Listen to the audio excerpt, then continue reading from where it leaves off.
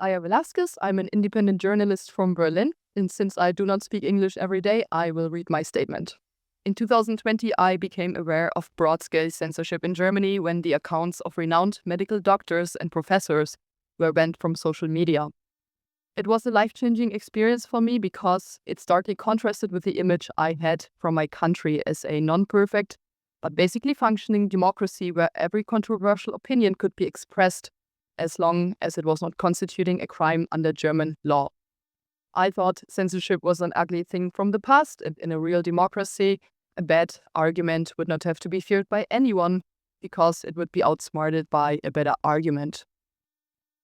2020, many people, myself included, woke up to a totally different reality.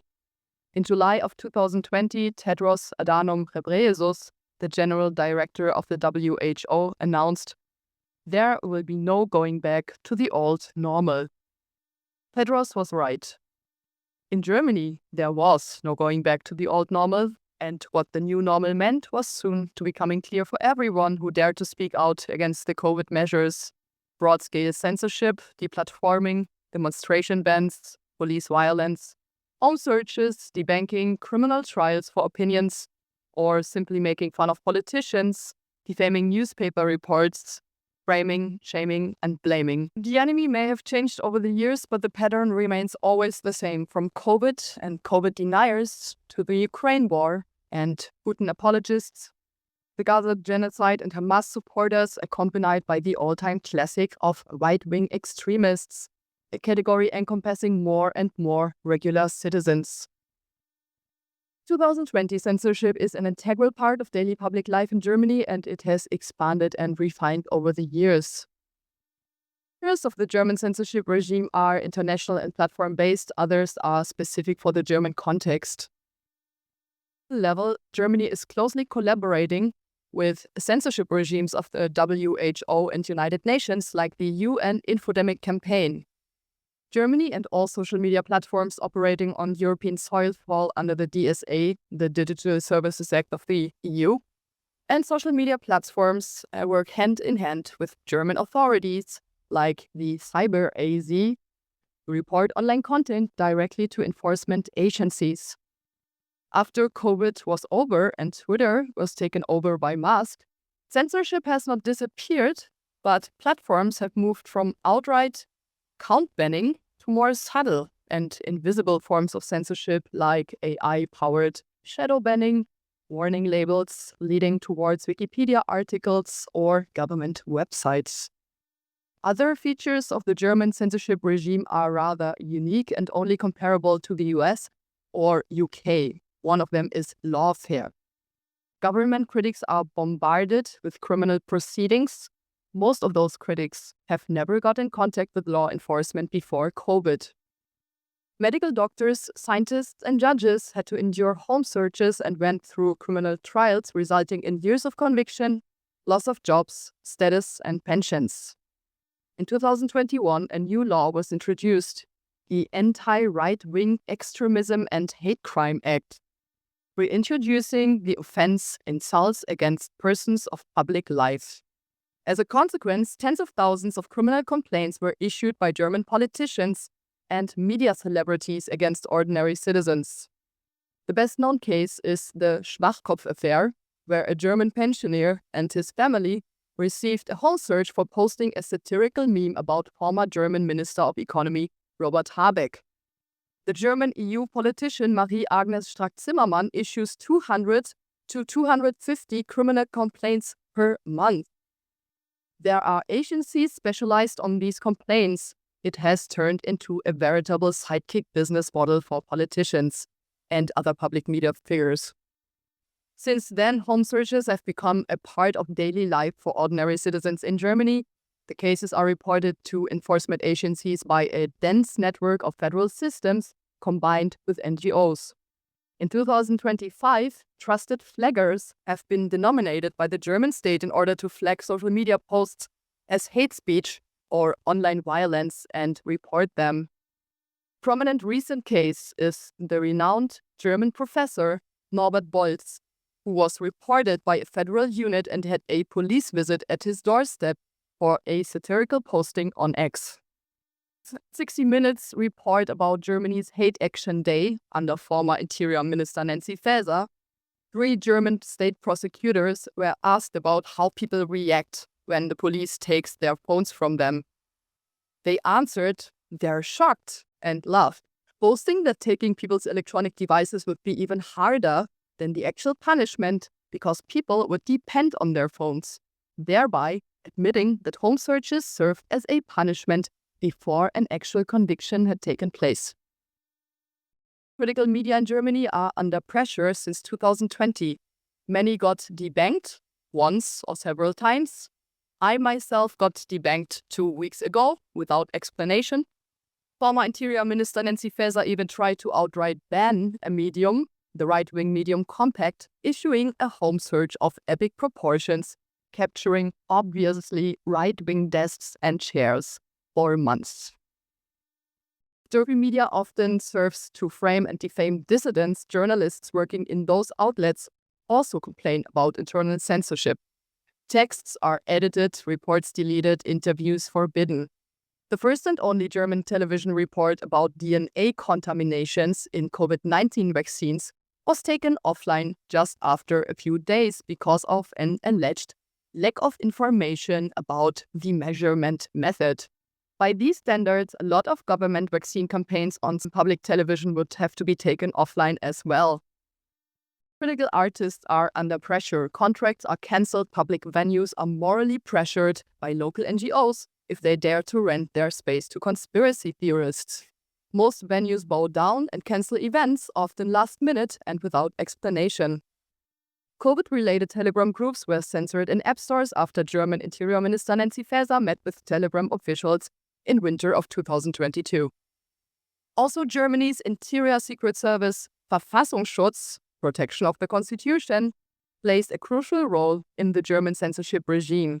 2 legal changes in 2021 allowed the agency not only to observe dissident groups, but also individuals who have committed no crime.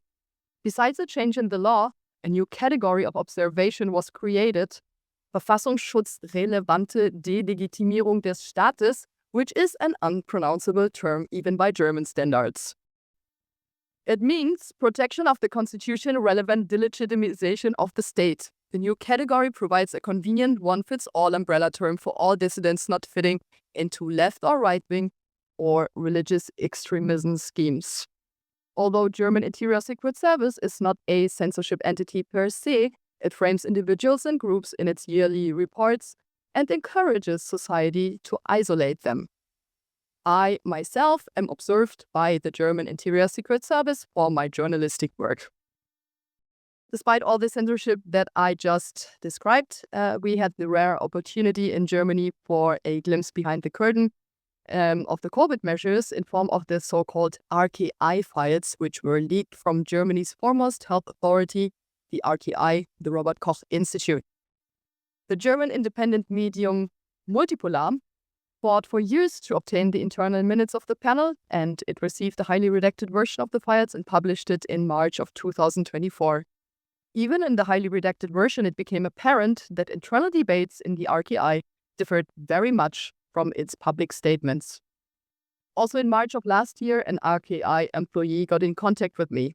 The person was guided by high moral standards and felt that the public deserved all the files because the RKI is a tax-funded state agency. Over a period of 4 months, the whistleblower shared with me all internal minutes of the COVID crisis panel from January 2020 to July 2023. Completely unredacted, plus 10 gigabytes of additional material.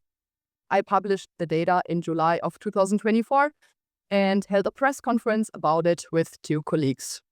German media reported about it over months, but not because they wanted, but because they had to. The central takeaway was undeniable and rehabilitated all the critics. COVID measures in Germany were actually not based on science, but on political will, a fact that was also confirmed by former RKI President Lothar Wieler last week in front of a German state parliament. The RKI gave recommendations, but politicians decided about which measures to take. People were censored if they warned that masks could have negative side effects. Meanwhile, the RTI in November of 2020. Should mention still be made? It is disadvantageous and dangerous when masks are used by lay people. Influence is no longer possible. The consultations are taking place simultaneously and the RTI was not asked in advance. In Germany, the demonstrations were forbidden proactively because it was suspected that people would not adhere to mask obligations. The RTI in May of 2020, there is no evidence for wearing masks outdoors. People who criticized the testing regime were also censored. The RTI noted in April of 2020, the question arises in general whether the number of cases is currently increasing due to increased testing. An increase in testing can create an artificial increase without changing the epidemiological situation. And in May of 2020, test is essentially an implicit strategy addition that was proposed by the government. Overall, it's delicate because the politics have made specifications with which we don't fully agree. These must be integrated into the strategy as far as possible. Criticized measures for children like school closures, masks, testing at school, or child vaccination were censored and defamed, but the RTI already knew in February of 2020 that children were not prevalent in transmission chains and children were less at harm than with influenza. The RTI was against broad-scale school closures, but the schools were closed several days after state. In May of 2021, the RTI noted that Health Minister Jens Spahn planned a vaccination schedule for children, although it was not recommended by Germany's vaccination authority, the STIKO. In April of 2022, we learned from the files that the testing regime at schools was introduced at the explicit request of Federal Chancellor Angela Merkel and not the RTI's focus. Point pandemic of the unvaccinated swapped over from the United States and was enthusiastically embraced by German media and politicians, like former Health Minister Jens Spahn. In November of 2021, the RTI notes, the media is speaking of a pandemic of the unvaccinated. From a professional standpoint, this is not correct. The entire population contributes. Should this be addressed in the communication? The minister says that at every press conference, probably on purpose, and it can't really be corrected. I already knew in May of 2021 about myocarditis cases in young men, but medical doctors who spoke out about it were publicly ridiculed as vaccine deniers. To conclude my argument, the disinformation of yesterday is the truth of today. The free expression of opinions and ideas is the basis for scientific and societal progress. In fact, the dialectic of thesis and antithesis is the only way science and society have ever moved forward. While the objectives in order to justify censorship may be novel, the consequences can be fatal. A recent example is the censorship of a study about possible harms of the COVID-19 vaccine during pregnancy on LinkedIn. Censoring essential health information warning about possible side effects of medication harms people and costs lives. Censorship is not compatible with science, the free and open society, and democracy. If this is the new normal, we should get back to the old one. Thank you.